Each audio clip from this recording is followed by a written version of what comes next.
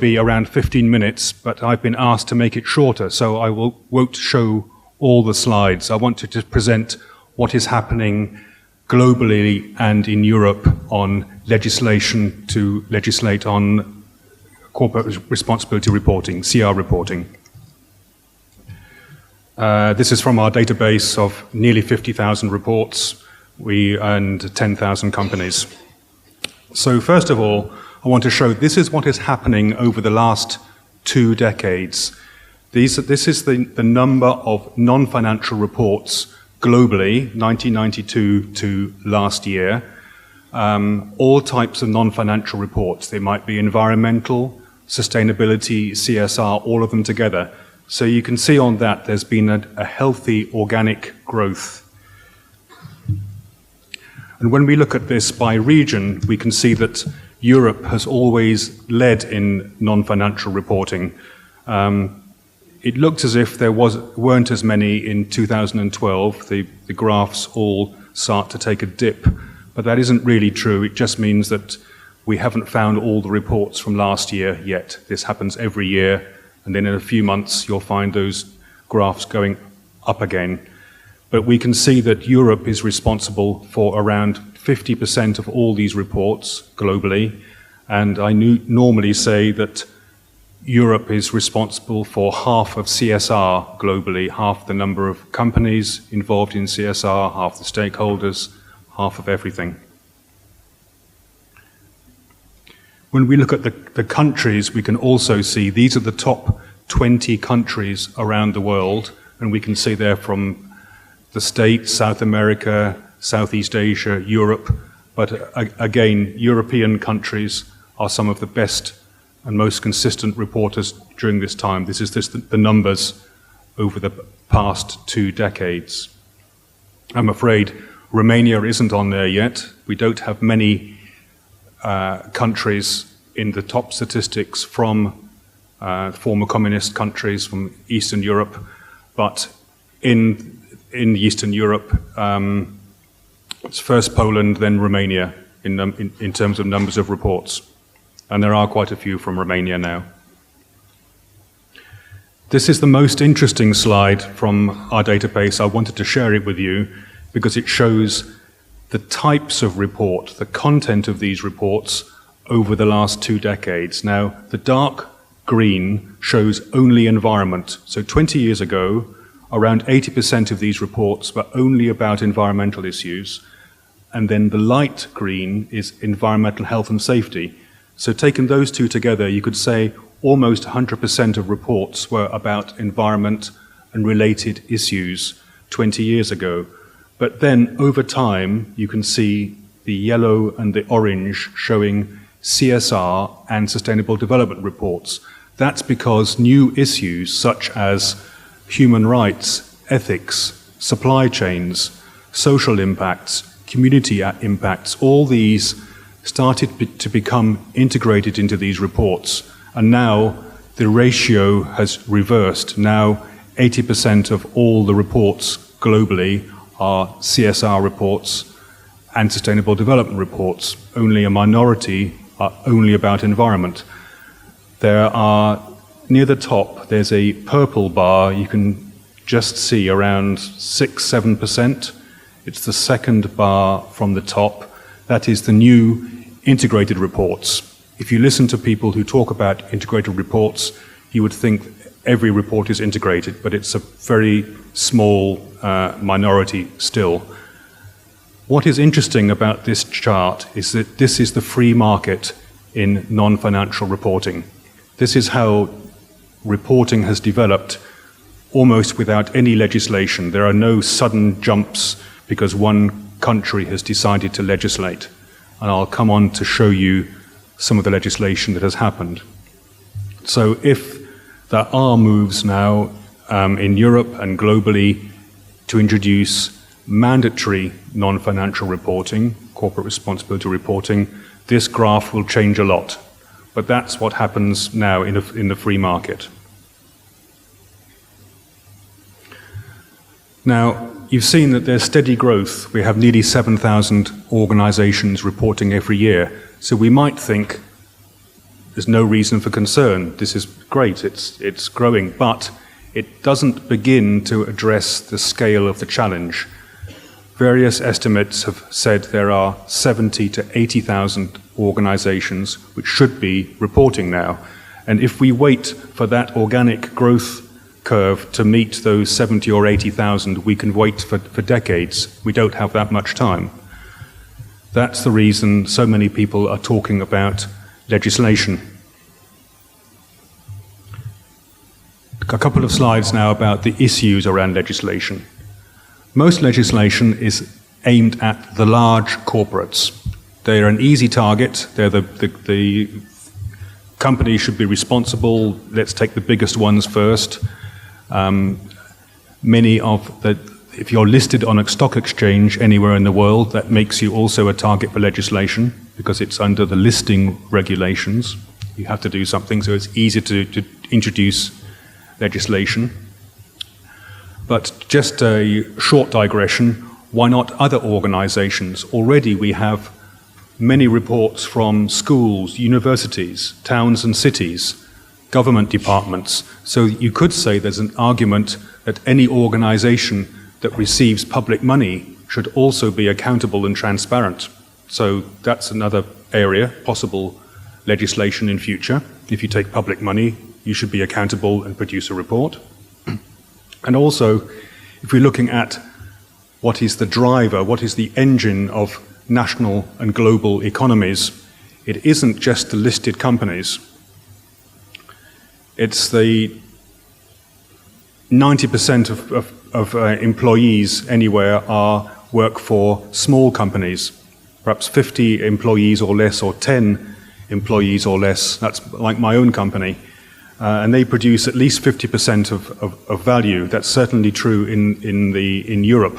So although it's too much to expect small and medium-sized companies, SMEs as we call them, to report because they have too many other problems just to do with existing, just survival.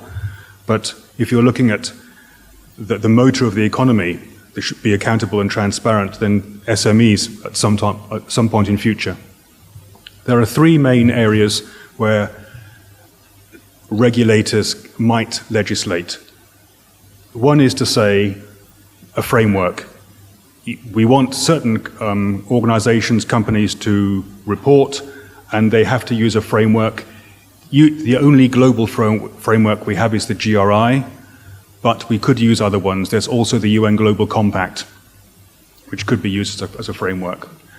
Or you could say principles. We want you to report on environmental, social, and governance issues, and if you don't report on them, explain why you don't. That's the report or explain approach. And usually that means report as part of the annual report, which companies produce anyway, rather than doing a standalone CSR report. And finally, there's reporting by KPIs, key performance indicators, such as carbon or water. And the UK government in June last year has introduced legislation that all UK listed companies on the London Stock Exchange, that's 1,100 companies, will now have to report on greenhouse gases. Probably they will start in September this year, 2013. And they will have to report on their greenhouse gas emissions, not just carbon dioxide, but all greenhouse gases in their operations worldwide, not just in the UK. That's very interesting, the third approach, just to report on KPIs. So what has happened so far on mandatory legislation? Around the world, around 20 countries have made some kind of mandatory legislation. There are around 40 countries have introduced other disclosure requirements, but those other requirements are these companies need to report to a certain part of government, not publicly. And this has mainly been in the last 10 years, all these 20 countries. The big exception to that is the US, and I find that very strange or quite interesting because The US is not at the forefront of reporting now, neither in quantity nor in quality of reports, but they did start in 1987. They had some legislation called the right to know. Large chemical companies had to produce a lot of information, and that in fact is what started reporting worldwide. But that's an explanation for another time. I know I don't have much time here with now.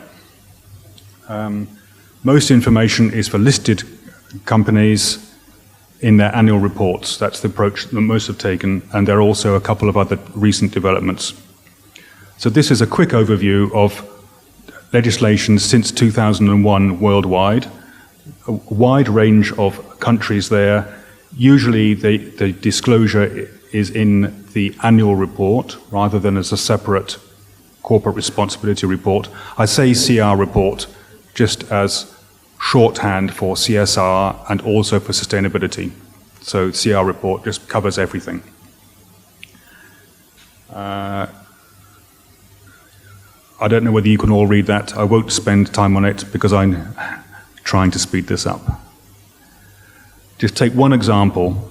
The King 3 report on governance in South Africa a few years ago took the approach that all listed companies on the Johannesburg Stock Exchange from now on, from 2010, have to produce integrated reports. Integration meaning financial and non-financial reports in one combined report. So whereas some companies, particularly South African mining companies, were producing separate sustainability and CR reports, they were being asked to combine everything in one.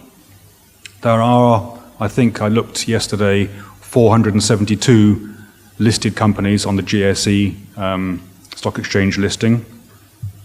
And what has happened now after 2 or 3 years of reports is we do not have 470 integrated reports. In fact, what we have is, as you can see, 160 reports in South Africa in 2012 produced, and around half of them were integrated. And what is happening is that companies are just changing the titles of their report. Instead of annual report, it's now integrated report, and they might have 1 or 2 pages on environment, social, and governance. But that isn't enough for us to classify them as truly integrated for corporate register for our database. For our database, we need at least 6 pages of good information. And some of these reports are 300 and 400 pages long. So 6 pages isn't much, but they don't produce it. So they call themselves integrated, they aren't. And the point I'm making is it's fine in some cases to legislate, but it doesn't always have the expected results. Companies can just follow the letter and say, yes, we've looked at these and we don't have any issues, and you don't actually increase or develop reporting. So it has to be done carefully. I'll leave this next one and come on to the final one, the most important, and the one I expect we will be discussing today, is the draft European Union Directive on Non-Financial Reporting, which was announced last month, that all companies in the EU with more than 500 employees are to report on their policies, risks, you can see their results relating to society, environment, etc., including human rights, anti-corruption. And this is going to be based on a comply or explain. So if companies consider, or the boards of directors consider, they don't have these issues, they don't have anything to report, they can put that in their reports, in their annual reports. Who's to say anything? And this is expected to be within the next 2 or 3 years, although I'll come on to that. So looking back at an earlier slide, I said that there were 3 options, to report using an established framework, or as principles, or targeted KPIs. And the EU is here taking the second one, is taking legislation to report on principles on a report or explain basis. The targeted number is around 18,000 companies expected to report. So we have 2,500 organizations now within Europe on the corporate register database, which is the only source for this data. And it looks as if I will have to employ a lot more staff in a few years' time to capture 18,000, and I'm worrying about it a lot. If the EU had taken the threshold as 250 employees per company or above, the number of companies would be twice as high, around 38,000. So I expect this. My colleague can explain better than I can what the procedure is, how this will be debated in the European Parliament. But we had Richard Howitt, who is the European Parliament rapporteur on CSR, at our event, Corporate Register, last month, and he said that the minimum time frame for this legislation to be introduced could be 5 months, but it's more likely to be sometime next year. And that is a quite fast run-through of the presentation I had. I hope it was all understandable. Thank you.